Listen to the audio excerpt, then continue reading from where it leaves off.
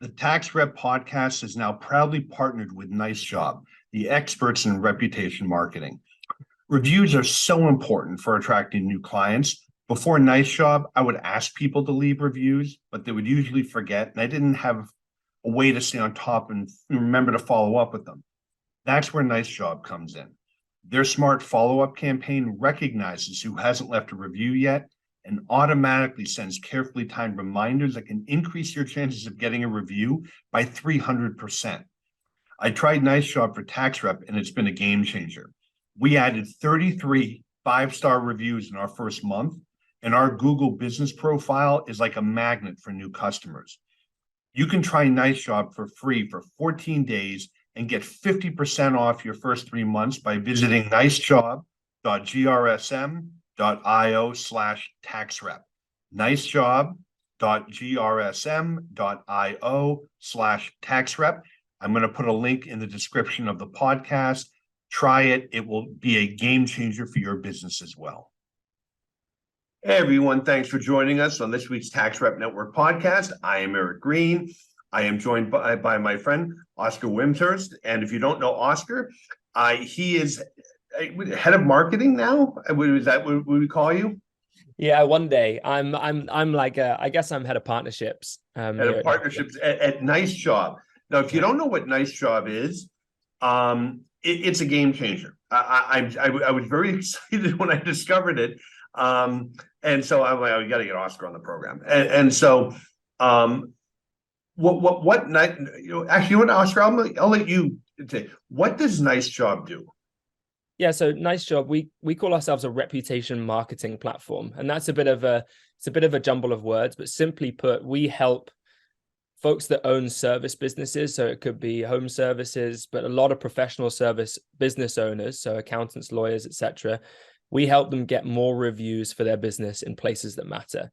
So Google, Better Business Bureau, you name it, we help you get more reviews there. The idea being that particularly nowadays, and I'm sure we'll talk more about this, Eric, that reviews really matter. They matter when people want to check out your business and decide whether or not to call you. And they matter for you actually showing up in the first place when people are just searching for an accountant or a lawyer in their area. And so that's kind of what we're all about. And I'm looking forward to our conversation.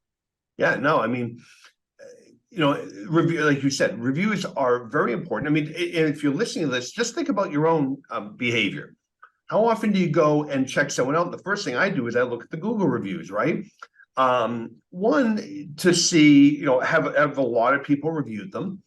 But also, it's great to have all the 5 stars, whatever, but I actually will hone in on the negatives, mostly to see how the company responded, because I think the response tells you a lot about them.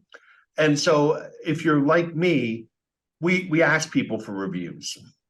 They walk out the door, they hang up the phone, 3 seconds later, you're out of their mind, they're on to the next thing. I mean, it's kind of human nature. What I loved about this is I don't have to follow up. NiceJob follows up for me. And so can you walk, for the audience who's never done this, walk us through how NiceJob does this? Because I found this, well, listen, we've added 100 5-star Google reviews, and I just ask people once, right? And every week they keep coming in. NiceJob is doing it for me. So can you walk people through, you said it's a reputation, company, but mechanically, how does this work? Like, for the CPA or the attorney listening to this, who's like, yeah, I got to get more 5-star reviews, or more reviews, hopefully 5-star, hopefully you have clients that like you. But who has time for this? How does this work? Yeah.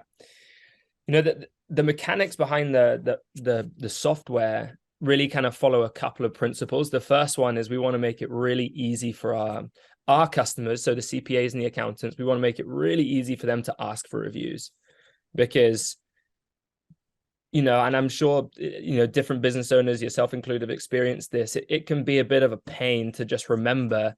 You can ask verbally, but to remember to think, oh, I should text this person for a review. I should send an email. Like, sometimes for people, a good first step to get to is they have a system whereby they have a template that they've created, and they say, bam, off that goes.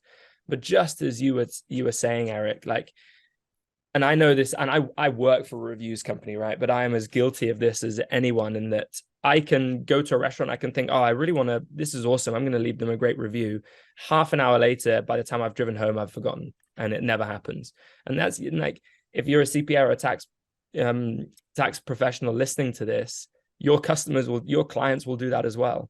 And so the secret to success with any reviews program, I don't care if you use NiceJob or you do anything else, is you have to follow up with people. You have to remind them to do things. And that's the same with whether you're collecting their prior year tax returns or you're asking them for a review. You have to remind people to do stuff. And so what NiceJob does is it kind of fills this gap for people, because today, Eric, I've not met a practice owner or a firm owner that has time to follow up with people 4 times for a review. They just think, hey, it didn't work, I've got loads of other stuff to do, I'm going to move on. Wait. What's this follow-up thing you're talking about? Yeah, exactly. Yeah. So, and a lot of people, they that happens and they get a bit annoyed with the whole process. They think, I know reviews are really important, I'm asking people for them, they're just not doing it. And people get frustrated with their own clients, and it becomes a bit of a negative cycle. But really, it's just that people are forgetting and they've got busy lives. So exactly how you kind of talked before, what NiceJob does to solve that is we have a campaign of messages that go out. So once you hit invite, the first thing that goes out is a text message to the clients. And that's usually a pretty high performing message. It's pretty simple, straightforward, just says, hey, thanks so much. If you enjoyed our service, here's a link to leave us a review. But as and when people forget to leave those reviews, the campaign has 3 more messages over a few weeks that follow up and remind them to do it. So we send a text followed by 3 emails. And those emails are all, there's AI in the background that kind of times them to go out at the right time. We've done so much testing over the years that we've kind of really worked on the language that we know converts well. And it's an interesting one, Eric, that after the first text, the best performing stage is actually the 4th email. And that's like, for me, that really shows the value of what we do, because I know that there's nobody out there that's sending 4 emails for 1 review themselves. And so that's what we do. And on the customer side, so that's, like I said at the beginning, one half of it, we want to make it really easy for CPAs and lawyers. Easy is good. Yeah. And on the other side, we want to make it really easy for their clients, right? Because as we already kind of talked about, there's a tendency for people to look at it and think, I can't be bothered to do that. Or, yeah, that's a good idea, I'll do that later. But then, other things happen. And part of that is that you don't want a process where somebody has to go in and create an account to do something, or some people like sending feedback forms or other stuff where there's a bunch of different questions on, how was our service? Where can we improve? And the more barriers you create for people and the more time it takes, the less likely they're going to do it. And so the really great thing about NiceJob is that when somebody gets a message and they just see the link, it's just literally 2 clicks. They click on the link, they get taken to a page where they can choose Facebook, Google, Better Business Bureau, whatever. They can click Google and then bam, they're leaving their review. The whole thing takes like 30 seconds. So the combination of those 2 things means that we help people get like 3 or 4 times as many reviews as they had before. So Kevin, who's my head of marketing, when I tried NiceJob, and I sent out that first request, he called me. I didn't even realize this happened, but he called me and said, how in the hell did we just get 33 5-star reviews in an hour? Yeah. And I said, obviously, they just love me. No, yeah. I mean, I told him about NiceJob. He's like, oh, I got to check this out. I think we were at about 90. Having just done this once, we're now at 173, I think. I looked 2 days ago. And every week I get that email that says you've got 3 new reviews and shows me the reviews. Yeah. It's amazing. Look, I mean, no offense. Theoretically, it's not amazing, right? It's a system that just does this, but the thought to do this when everyone knows they should get reviews, none of us have time to go following up. If I told my tax rep members, listen, on a weekly basis, you got to follow up and get those reviews, maybe they'd laugh at me. Maybe a few people would do it once. It's not going to happen. The fact it's just automated and does it for you. But you can also, not only can you ask for reviews, for those folks listening, you can have it, you can set it so that if the review is like, you can decide as long as it's a 4 or 5 star, post this to social media, right? And you can link your social media, and Google and the rest. You can have it feed onto your website. So on the Tax Rep website, we have that feed with the reviews that are coming in. And I can set it so I don't have to put every review up there, as long as it's a 5 star or what, because you can't make people give you you can't weed out any bad reviews, but the good ones you can automatically link. I don't have to look at it. It just goes. But you can also ask for referrals, right? I mean, NiceJob also does that. Can you explain how that works? Totally. I mean, we touched on a ton of stuff there, so we can work through it. But Right. yeah, to start at the end first. So referrals. It works in the same way. And really what we're thinking about is how can we get more out of your best clients, the ones that are really pleased with your service? And how do we find out who those are? Well, they just left you a 5-star review. Now, the kind of the philosophy behind NiceJob really is, and we talk about this a lot internally, is where our goal is to make every customer or every client bring you one more client, whether that's through a review that somebody else sees, and that can bring you way more than one more client, or whether it's through a one-to-one referral. And the referral campaign works in the same way, and it's all automated. Again, you don't have to think about it. For me, this was I love this because I've been in sales and had roles before where I've had to ask for referrals, and it's always a slightly awkward conversation, and it always makes you feel a little bit uncomfortable doing it. So if you can just take the guesswork out and have NiceJob do it, it's great. So when somebody leaves a 5-star review and they've just thought about how much they like your business and they've put that into words, they can get a follow-up text from you saying, thanks so much for leaving that 5-star review. Makes a real difference for me and my practice. If you know anybody else that could use our services, here's where you can refer them. And it works in exactly the same principle. There's fewer follow-ups in a shorter space of time than the reviews campaign, as in this works over kind of a few months, but still they will get a reminder after 30 days, after 60 days saying, hey, just a quick nudge. Like if you know anyone else that could use our services, then please recommend them.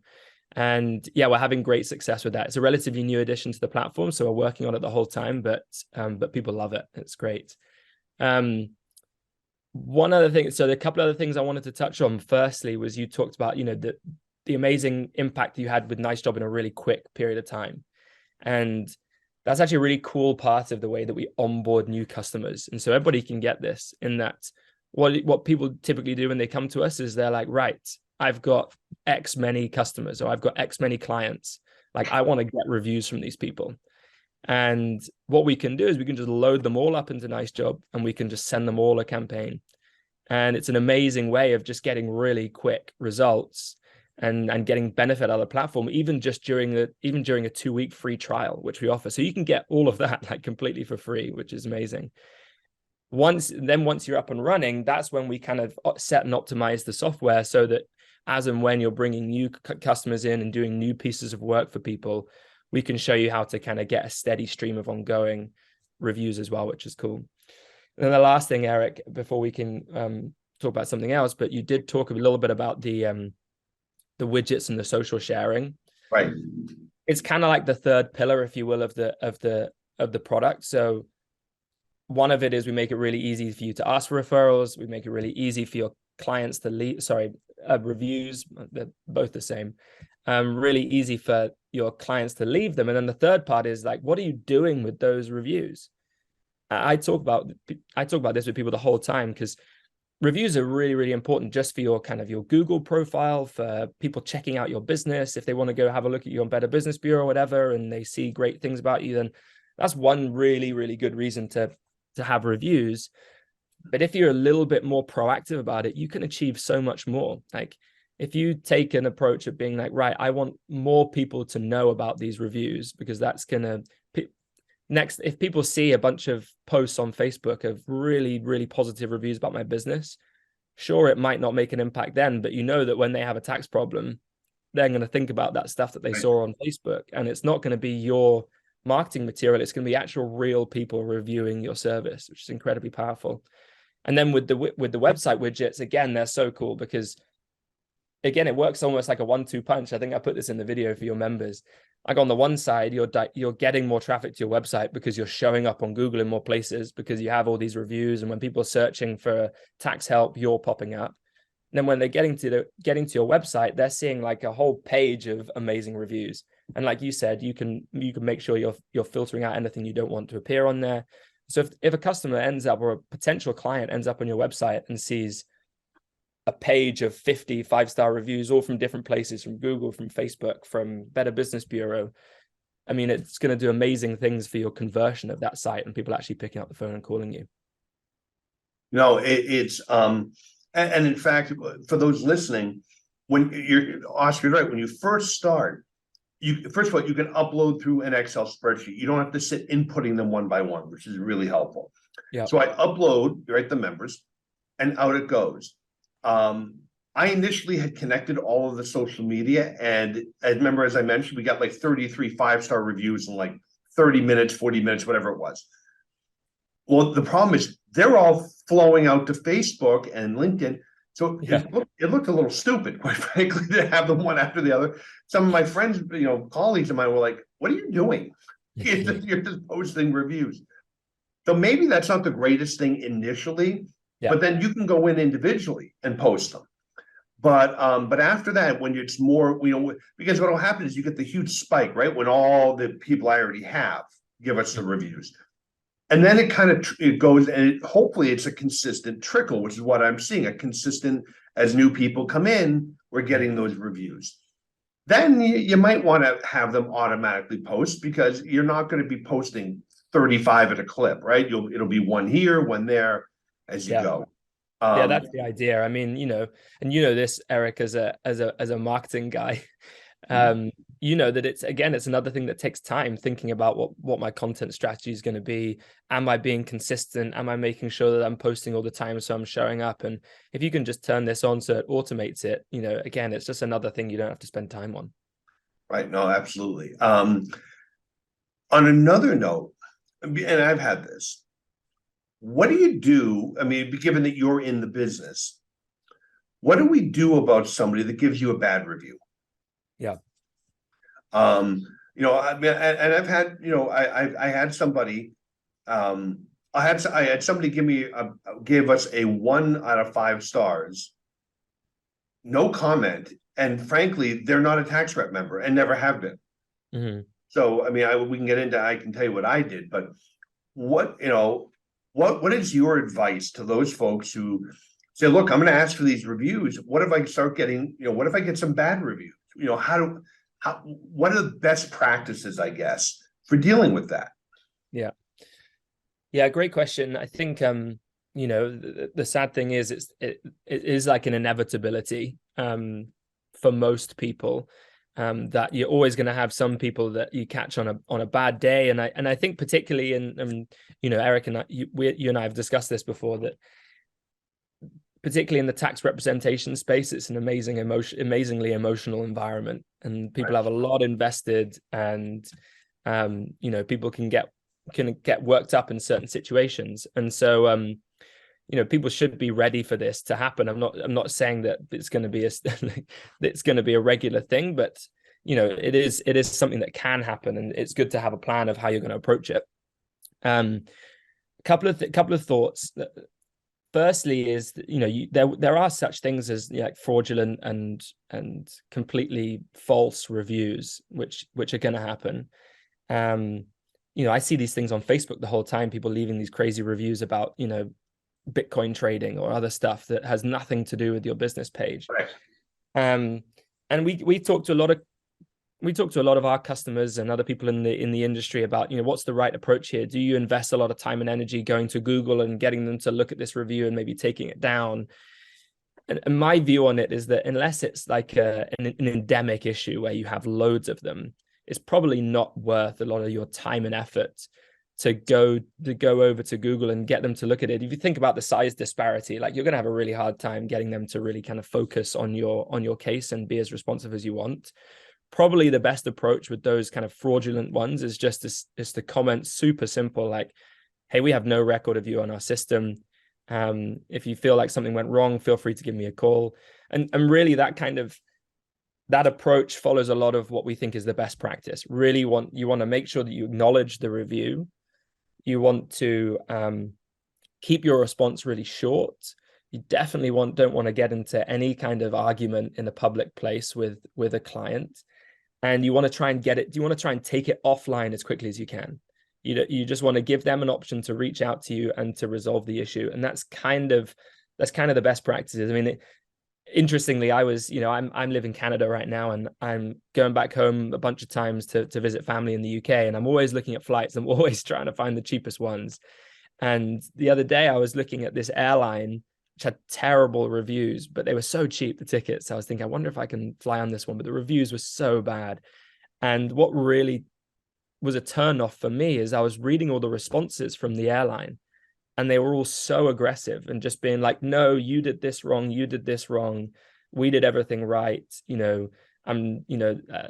We were perfectly within our rights to do what we did. And I was like, wow, that I do not want to deal with that company. And I definitely didn't book with them. And so I think if you can take a similar approach of thinking, right, I'm not going to, even if this client is being totally unreasonable, if I'm going to have a conversation with them, it can't be on Google reviews. It has to be offline. I've just got to show other people that I'm hearing them. I'm taking their situation seriously. So that's kind of that. I guess that would be my best practice advice.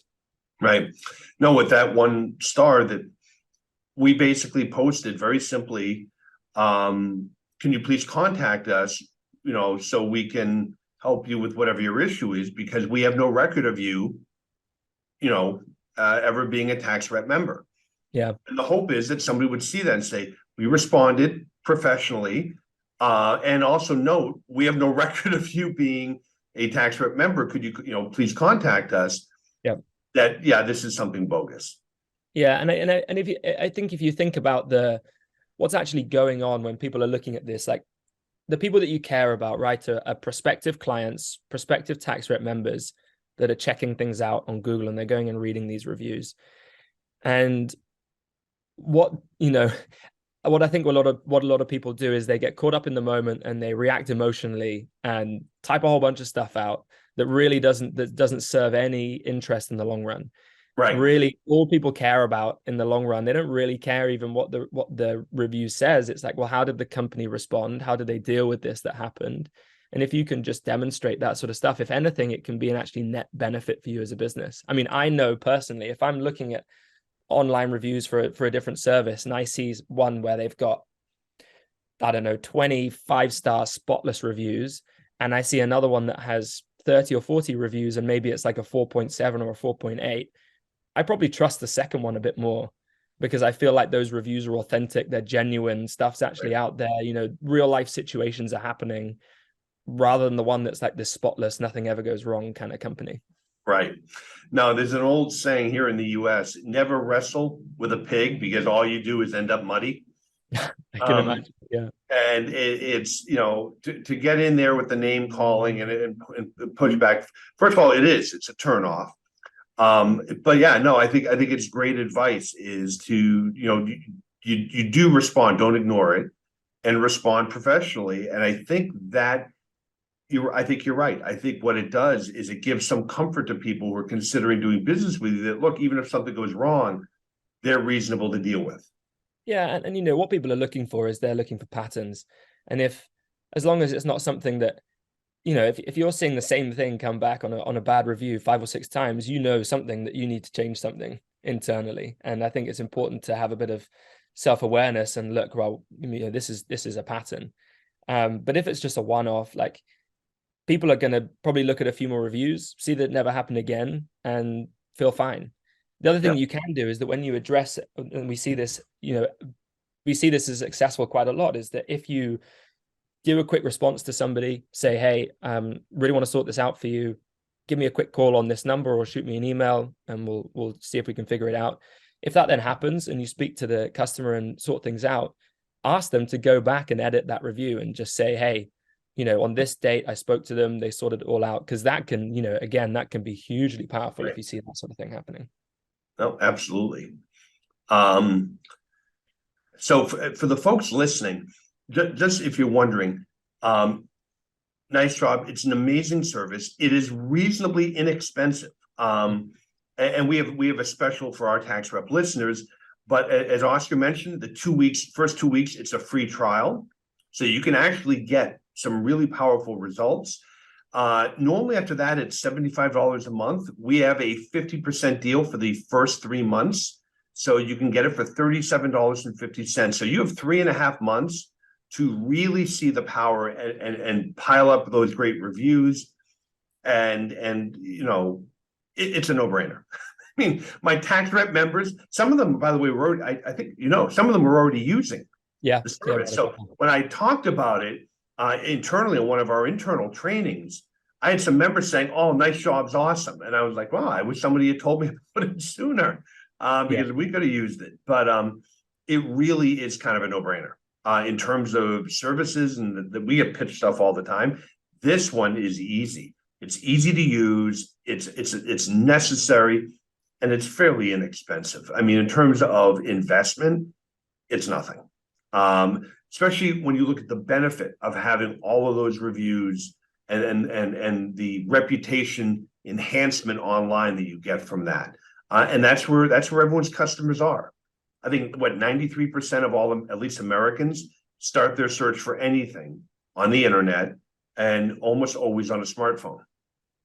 And you know, one thing I heard yesterday, Eric, which I thought was super interesting, is that word of mouth business and referrals and personal recommendations, you know, a lot of that used to happen in the workplace, and, you know, the whole like water cooler type conversation.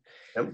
I was chatting to a guy yesterday who made a really interesting point that these days that the modern water cooler conversation is Facebook community groups and local regional groups where people are posting and saying, "Hey, has anyone got a recommendation for a tax professional or a lawyer or an accountant or a CPA?" And the typical journey of what somebody on there is they'll get a recommendation, they'll go and immediately check out their website and then check out their Google page. And what do you think they're looking for? They're looking for reviews. They're looking for how people rate that service. Obviously, the personal recommendation counts for something, but if that can then be backed up by a bunch of reviews.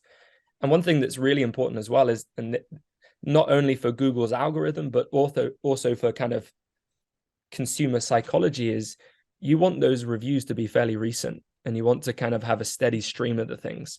Right. It's no use if you just have like a one-time push for reviews 1 year and you get 25 or 50 reviews and you think, great, I've got a good profile.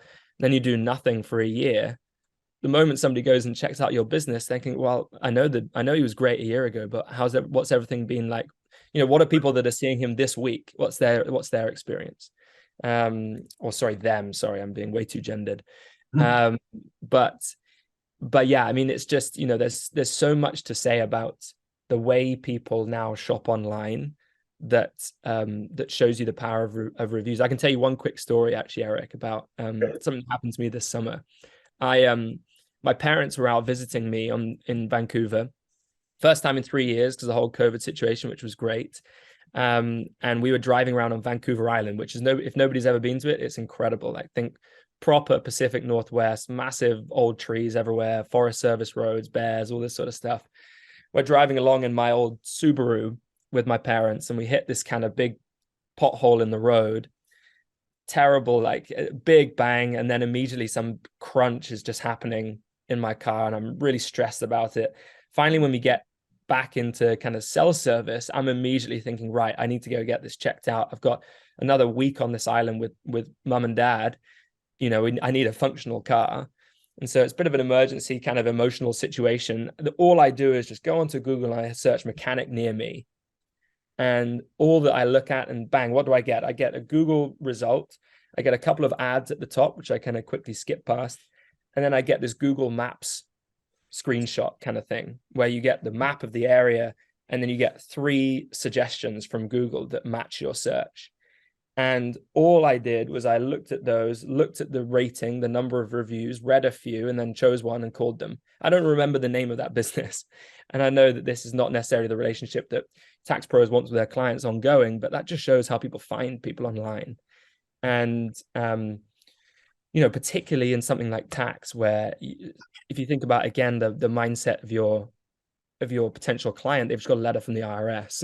I can't think of that many more like high stress situations where they're just going to be hitting Google straight away. And I know Jason talked about this in his tax rep episode a couple of episodes ago, and like, you want to be where those people are looking, and reviews play a huge part in being part of that journey.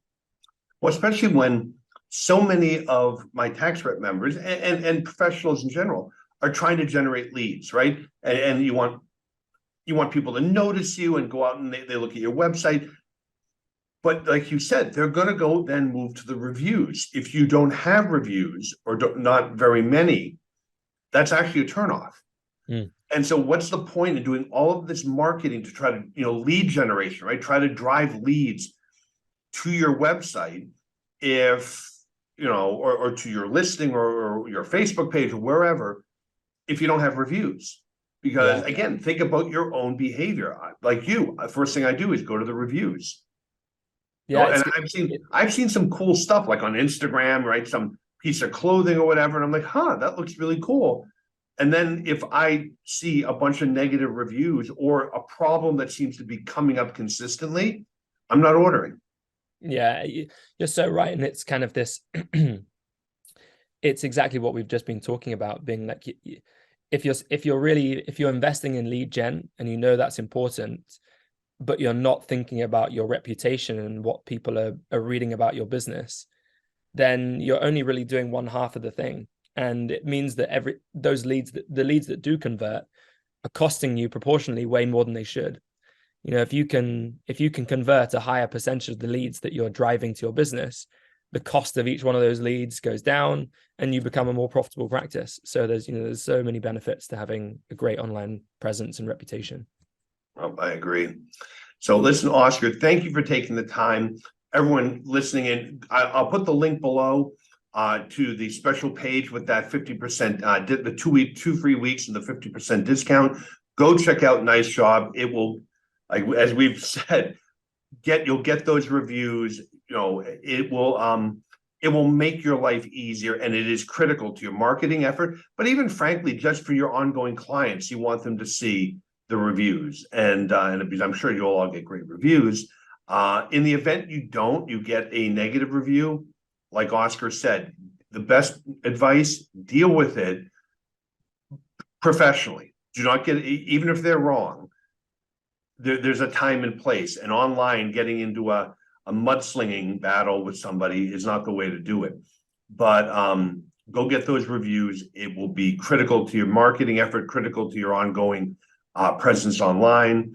Both Oscar said it, and you're right, Jason Holmes, when he was on a few weeks ago, talked about it when we talked about digital marketing. It's critical. So go check out the link, check out NiceJob. Oscar, again, thanks for taking the time. And we'll do a follow-up to this as people start getting more reviews and stuff, because it's a great topic. Great, Eric. I'm looking forward to it. Thanks. All right. Thank you, everybody.